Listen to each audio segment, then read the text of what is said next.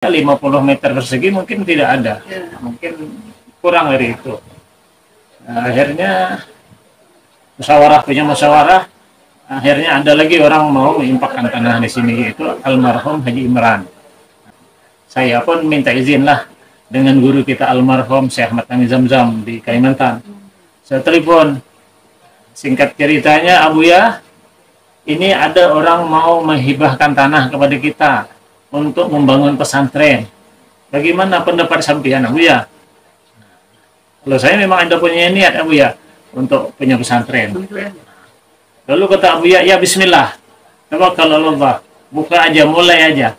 Jangan menunggu duit sekarang baru mau buat pesantren.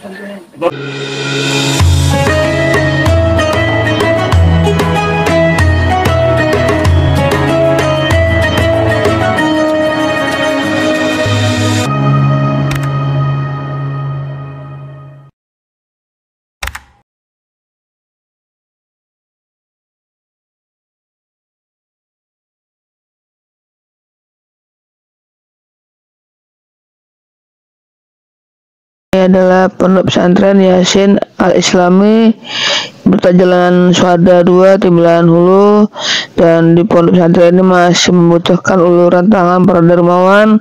Ini tampak tanah ataupun bangunan yang akan dibangun aula ya, aula untuk pondok pesantren ini. Nah, ini ada tampak santrinya lagi belajar. Ini ada tanah kosong, ini juga akan dibangun aula. Masih membutuhkan uluran tangan para dermawan yang baik hati untuk memberi bantuan sebagai hartanya. Ini pondok pesantrennya yang dibangun 12 tahun yang lalu oleh Ustaz Ahmad Rajuli selaku pengasuh Ponpes, dan akan dibangun juga WC bagi santri putri. Terima kasih. Assalamualaikum warahmatullahi wabarakatuh. Alhamdulillah rabbil alamin. Wassalatu wassalamu ala asyrofil anbiya'i wal mursalin wa ala alihi washabihi ajmain. Allahumma shalli ala sayyidina Muhammad wa ala alihi wasallam. Alhamdulillah, sahabat-sahabat subscriber Lentang Official di mana saja berada. Dan tentunya insyaallah semoga disehatkan badannya dan mudah-mudahan rezekinya diluaskan dan luaskan, amin ya rabbal alamin. Nah, beberapa ulama kita, bahkan hampir semua ulama kita itu belajarnya itu kebanyakan di pondok pesantren. Nah, kali ini saya ingin mengungkap ataupun ingin tahu bagaimana sejarah pesantren. Kali ini saya membahas perdana tentang pesantren Yasin Al-Islami cabang dari Banjarbaru. Tanpa berlama-lama lagi, bersama saya dengan Ustadz Ahmad Rajuli. Beliau adalah pengasuh pesantren Yasin Al-Islami cabang dari cabang Pemilahan, Peralamatkan Jalan Suhada 2 dan Pemilahan Hulu. Nah, kita akan bertanya-tanya dulu sama beliau tentang bagaimana proses berdirinya pondok pesantren ini. Yang sudah tadi mungkin saya tampilkan lagi videonya di story ataupun di video short, video pendek. Ini adalah tentang judulnya menyingkap kehidupan di balik dinding pesantren.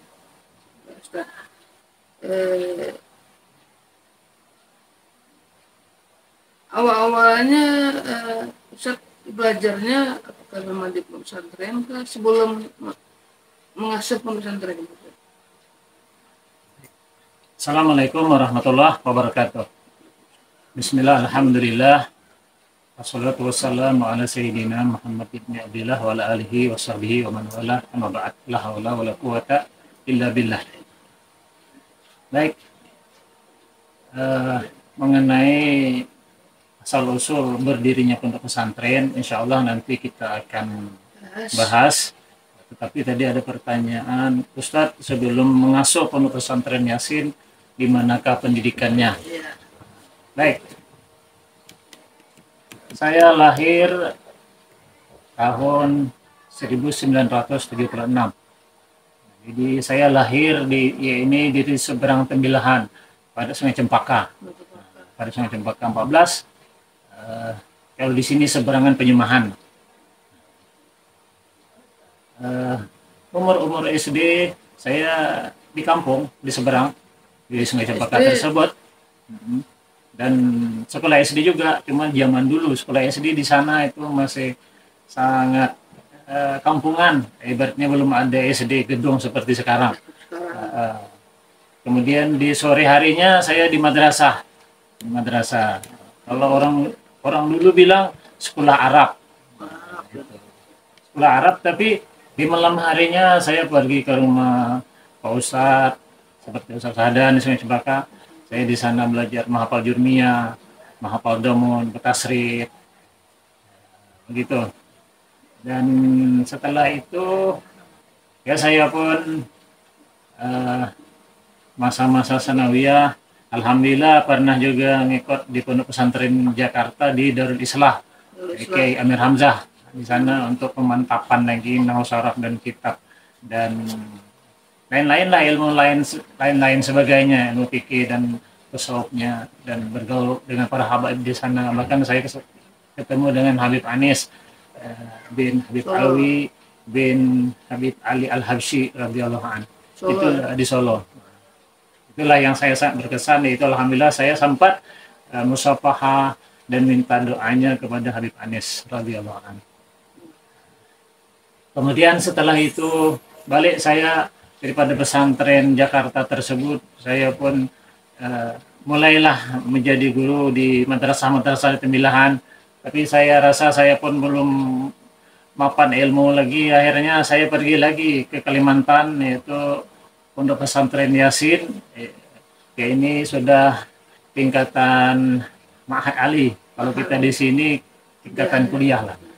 Alhamdulillah saya belajar dengan di Pondok Pesantren Yasin Banjarbaru dengan Syekh Ahmad Fahmi Zamzam, yang ulama besar, yang masyhur, yang terkenal, yang sangat arif, dan guru-guru yang lain begitu juga. Itu sangat menambah wawasan saya dan pengalaman saya di dalam untuk membangun Pondok Pesantren Yasin.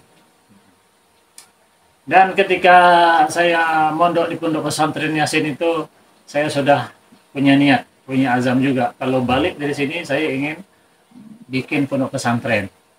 Saya usahakan supaya bisa punya pesantren walaupun duit belum ada. Dan memang saya sendiri memang hidup di kalangan orang menengah ke bawah, istilah kata. Kalau untuk punya pesantren itu kalau duit sendiri tidak ada lah. Nah, tapi karena ada niat, ya, ada azam. Setelah saya lulus di sana, saya pun balik ke Tembilahan. Alhamdulillah tidak lama setelah balik saya pun menjadi garim. Nah, ya, ini kaum lah di Pekanbaru sekitar 2 tahun di masjid. Sambil jadi guru ngaji, sambil ceramah agama juga, khotbah Ramadan dan lain-lain lah di sana selama 2 tahun. Habis itu saya pun diajak oleh keluarga kita, abah angkat saya yaitu Bapak Haji Arsad, Bapak Haji Arsad Kulong ya, seorang pengusaha PJ, orang besar, orang kaya lah ya. Alhamdulillah beliau pun, gimana kalau kamu jodohnya orang Tembilahan aja katanya. Bilang ya alhamdulillah, apa juga. Akhirnya dapat istri orang Tembilahan, yaitu adiknya Pak Ustadz Mahmud Salim. Kemudian dapat mengajar di Pondok Pesantren 6. Masuk di sana lebih kurang sana mengabdi ya 5 tahun lebih mungkin di sana, 5 tahun. Habis itu saya pun sudah mulai terpikir bagaimana ingin membuka pondok pesantren. Akhirnya saya pun jalan-jalan itu ke Getek itu, saya tanya tanah di sana. Saya tanya kalau di sini kayak apa, tanah masih dijualkah seperti orang dulu pakai baris-barisan gitu ya. Ternyata tidak ada lagi rumah masa itu, mungkin sekitar tahun 2000-an lah. Tak ada lagi tanah yang berbaris berpetak besar seperti dulu, tak ada. Yang ada sekarang udah pakai meter ya, pakai peta, satu peta sekarang 30 juta, mahal sudah ya. Jadi pikiran saya kalau seperti ini susah lah, mau bikin pesantren. Akhirnya saya urungkan niat, saya mengajari berenam sebagai guru di sana, di pesantren Baqiyah Saadiyah ya. Dan setelah itu tidak lama kemudian tiba-tiba datanglah Ustadz Ismail kepada saya. Ustadz Ismail, kata Pak Ustadz Ismail, kamu ada tak Ustadz Rajuli niat ingin bikin pondok pesantren? Saya ada apa? Ini katanya, saya ini beberapa malam yang lalu mimpinya memancing, katanya, memancing, mau unjun ikan di orang Banjar ya. Nah, habis itu dipetuklah pancing itu dengan ikan yang besar, tapi beliau tak bisa ngangkat ikan itu, tak bisa ngangkat, berat. Habis dalam mimpi dia, saya datang berdoa di situ. Habis saya berdoa, mudah aja ikan itu dapat diangkat dan dapat ikan yang besar. Jadi beliau mentakwilkan mimpi itu untuk membangun pesantren. Beliau mentakwil ini karena beliau ketika itu sudah buka madrasah di sini. Cuman tanahnya ada baru sedikit dekat masjid itu. Tapi beliau ada rencana ingin menjadikan pesantren. Karena beliau ada rencana ingin menjadikan pesantren, akhirnya mimpi beliau tadi beliau takwil lah, mungkin ikan ini untuk bikin pesantren. Artinya kalau hendak buat pesantren, nampaknya saya harus bergabung dengan Ustadz Rajuli ini. Begitulah. Akhirnya datang kepada saya, gimana? Kalau kita kerjasama, nanti madrasah yang saya kelola di Baratujo itu kita jadikan pesantren. Gitu. Awal mulanya. Jadi akhirnya kita pun nengoklah tanah di sini, kontrol tanah sini. Saya lihat tanahnya masih sempit sekali di dekat masjid sebelah sana itu. Ada yang dia 50 meter persegi mungkin tidak ada, mungkin kurang dari itu. Nah, akhirnya punya musyawarah. Akhirnya ada lagi orang mau mengimpakkan tanah di sini, yaitu almarhum Haji Imran.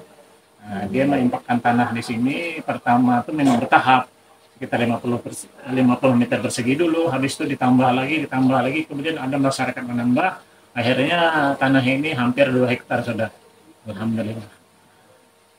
Dan ketika mulai daripada penajakan pondok itu, sebelumnya itu saya pun minta izin lah dengan guru kita almarhum Syekh Ahmad Kami Zamzam di Kalimantan.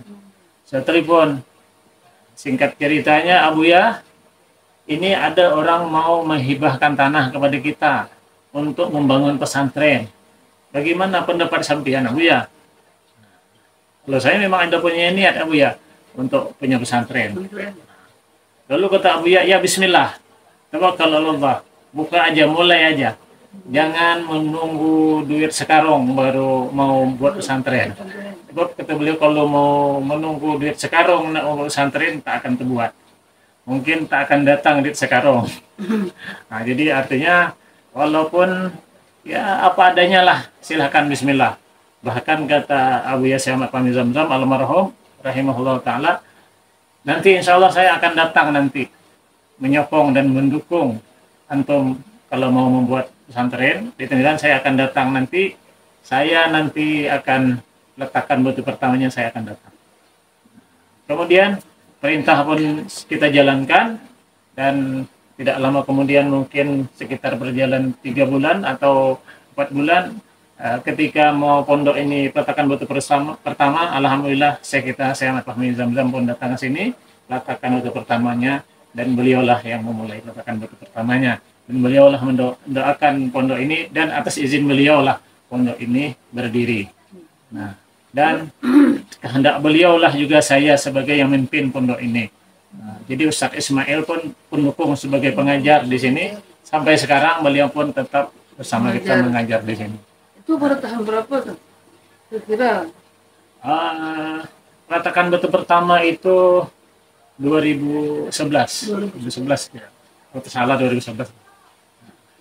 itu pas di bulan Rajab. Nah, nanti sekitar 12 Rajab ke 15 Rajab, sekitar itulah nanti apanya ulang tahunnya tuh. Tahunnya ya. Ya. Berarti betul ya. Tapi tahap berhenti di tahap diperjuangkan juga supaya berdiri lah pondok pesantren ini. Iya. Artinya setelah peletakan batu pertama itu 1 tahun. 1 tahun dulu kami punya bangunan baru 3 pintu. 3 pintu.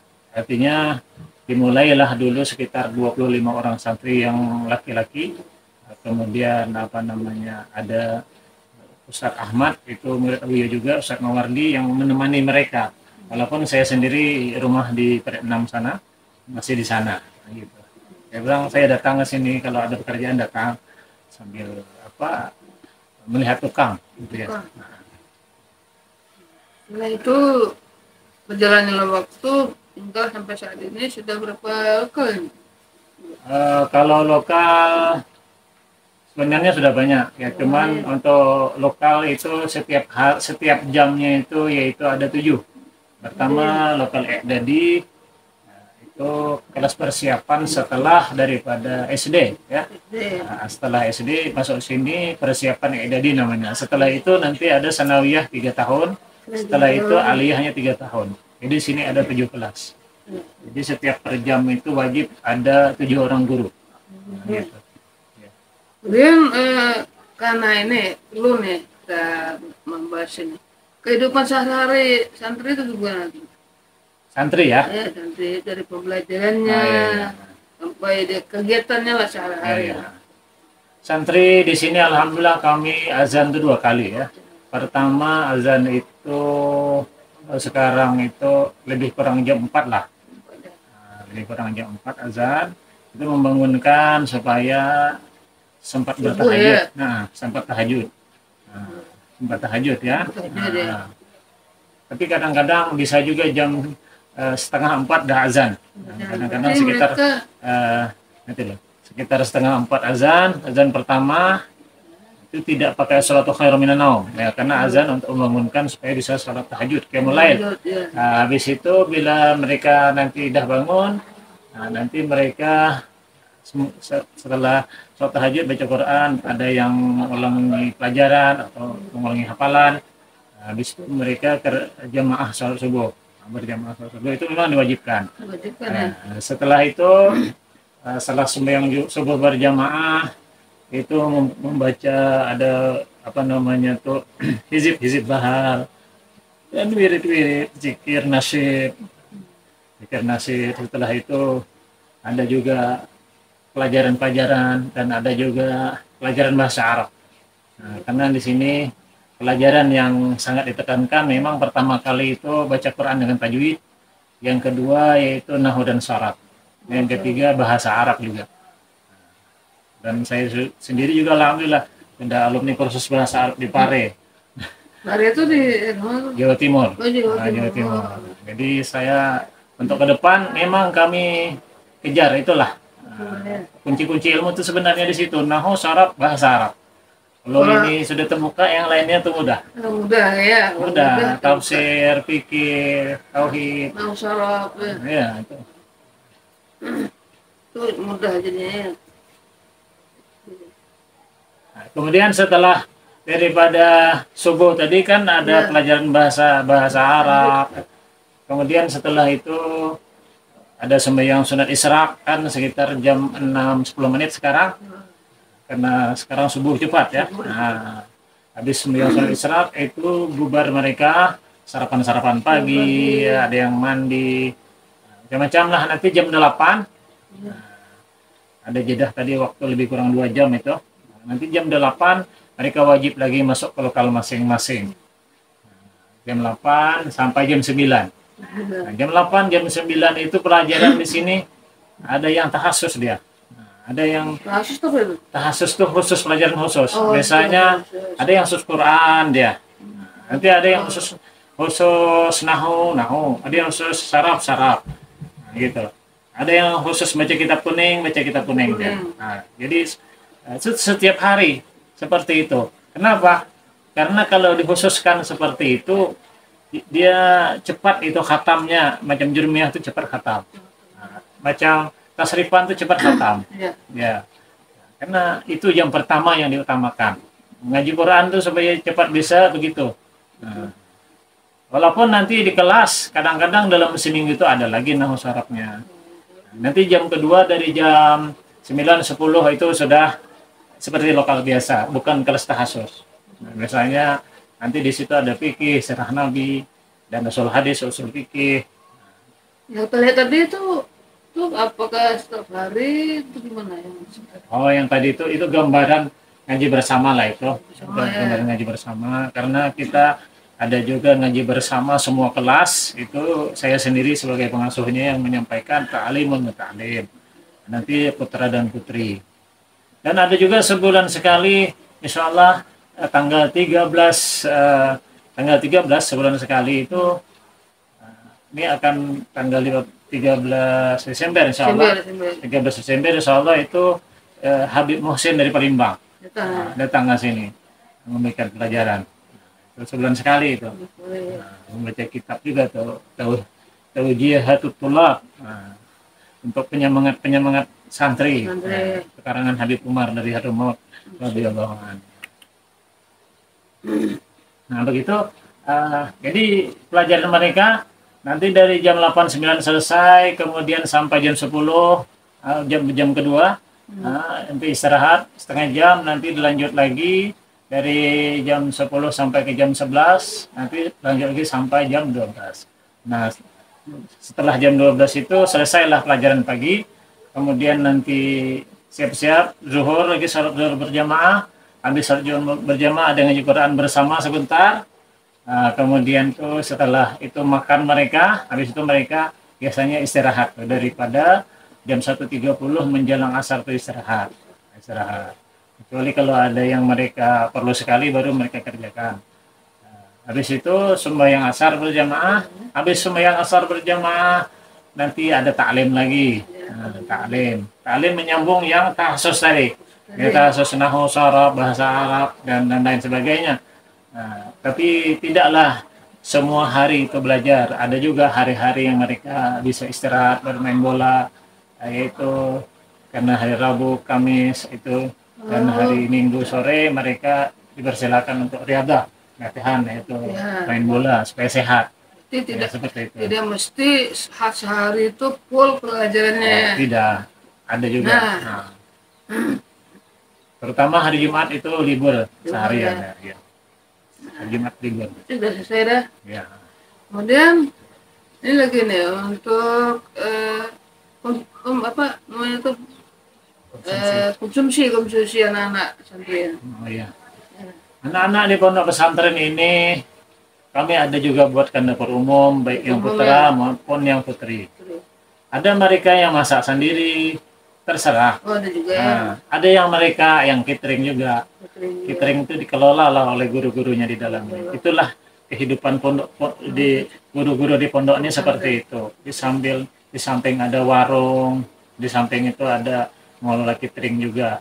Nah, jadi karena mereka ini ya pejuang-pejuang di jalan Allah, honornya tidak sama seperti orang-orang gaji pegawai negeri. Honornya ya ala kulli hal seapa adanya lah ya. Jadi kita lah sebagai derma anda lah Bapak Ibu semua ya, dermawan, menyentuh hati sedikit dan meluangkan waktu, bahkan mengeluarkan hartanya sebagian untuk pesantren, karena pesantren ini sangat diperlukan untuk menambah ilmu pengetahuan di bidang agama Islam. Oke, terakhir pesan ya untuk menggali orang tuanya yang tahun nanti kan sudah selesai ujian nasional. Kira gimana tuh untuk menghimbau para orang tua supaya mondok di sini? Baik, bismillah. Jadi untuk pendidikan di akhir zaman seperti sekarang ini, yang efektif, yang bagus itu memang di pondok pesantren. Kenapa? Yang pertama di pondok pesantren dia tidak bisa bebas. Dia di sini ibarat kata tuh sambil belajar, sambil belajar disiplin, berdikari. Kemudian dia di sini seperti terkurung, tidak bebas gitu ya di malam harinya dan di sore harinya. Karena kalau mereka bebas tuh susah lah.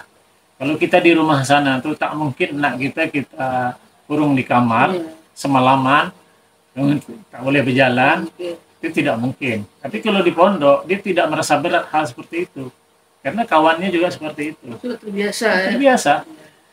Kata guru kita tuh dalam bahasa Arab tuh al-insan ibnu bi'atih. Manusia itu tergantung lingkungan. Ini secara syariat ya. Ya, betul. Kalau lingkungannya biasa orang ngaji, belajar, ya biasa aja kayak gitu. Menghadapi belajar, kegiatan sibuk hari-hari, nah, dia biasa aja, enjoy aja, dia tidak galau mereka. Ya. Coba anak di luar, kalau keluar tak boleh, HP tak boleh, galau mereka, berontak mereka, berontak.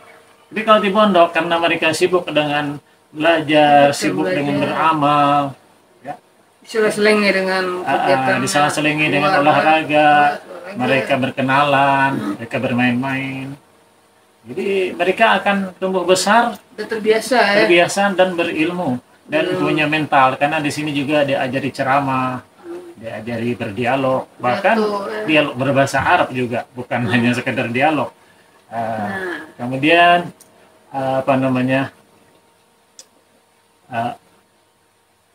kalau kenakalan remaja itu yang untuk efektif memang di pondok lah. Dan kata guru kami dulu, pondok ini kata beliau itu benteng agama. Benteng agama. Kenapa? Karena agama itu kalau ada di pondok ini, pertama ilmunya terbahas. Masalah keimanan karena kita amalkan, jadi iman pun akan ditambah oleh Allah, akan dijaga oleh Allah Subhanahu wa taala. Dan pondok seperti ini kenapa disebut benteng agama? Kalau ada nanti ajaran Wahabi mengatakan sesat, mengatakan ini bid'ah, ini kafir, ya orang-orang pondok lah yang bisa menangkis itu. Karena orang pondok yang tahu tentang ilmu yang menangkis itu semua. Coba kalau tidak ada orang pondok, tidak ada orang bisa baca kitab, tidak ada alim ulama yang menangkis, siapa yang sanggup menangkis mereka? Tak ada. Maka dari itu pesantren itu adalah benteng agama. Makanya Bapak Ibu ya, sahabat Al-Fatihah ya, silakan anak putra putrinya sekolahkan di pondok pesantren. Bagi di sini pondok pesantren Yasin Al-Islami cabang dari Banjarmaru Kabupaten Selatan, yang nanti untuk Bapak Ibu yang punya kerendahan hati ingin menyumbang atau membantu dari pembangunan pesantren ini, silakan nanti saya cantumkan nomornya di nomor rekeningnya di video ini, terus dengan nomor WhatsApp atau nomor telepon yang bisa saya cantumkan juga di sini, nomor telepon beliau. Gitu ya, selesai. Kemudian anak pengusaha besar juga ya, ada anaknya di sini. Ya, seperti Haji David tuh bos bos besi, bos pasir, bos batu dan semen ya. Di sini sekolah anaknya 2 orang. Kemudian lagi ada Bapak Syafi'i, itu bos perkapalan. Nah, itu luar biasa, bos besar itu. Nah ya. Anaknya juga ada di sini. Nah, jadi jangan segan, jangan malu untuk menyekolahkan anak di sini. Jadi kita di sini baik yang menengah ke atas ekonominya, yang menengah ke bawah, semua ada. Dan pondok pesantren ini pondok pesantren yang sangat bertoleransi sekali. Kalau orang sudah sampai 3 juta, 4 juta pemasukan, kalau kami masih lagi sekitar 2 jutaan saja. Karena kita menimbang dan memikirkan sekarang ekonomi sulit. Jadi kami supaya bisa membantu berperan di dalam masyarakat, di dalam memperjuangkan agama Islam ini, makanya kami tidak mahal-mahal betul. Namun kalau ada yang minat untuk menyumbang tadi, alhamdulillah, syukur alhamdulillah. Terima kasih banyak. Ya udah. Jadi ya, dalam arti kata jangan malu untuk menyuruhkan anaknya di pondok pesantren, karena apa yang dikatakan Ustaz tadi, misalnya ada anaknya bos semen dan perkapalan dan lain-lainnya dari Karena di sini pesantren ini tidak sama sekolah lain, barangkali khusus untuk orang-orang kaya. Tidak seperti itu, karena ini semuanya tertampung di sini, mereka yang belajar pesantren sehingga menjadi anaknya yang tahu dengan ilmu agama, barangkali menjadi seorang guru nantinya. Nah, seperti itu. Jadi silakan sahabat-sahabat semuanya yang nyekolah ke anak yang di pesantren, barangkali ada yang tetangganya, anak tetangganya ataupun teman-temannya yang pengen pondok pesantren. Nah, di sini tempatnya yaitu pondok pesantren Yasin Al-Islami. Itu deh. Nah, terima kasih Ustaz, kita sudah memperluas pandangan pengetahuan kita tentang pesantren ini.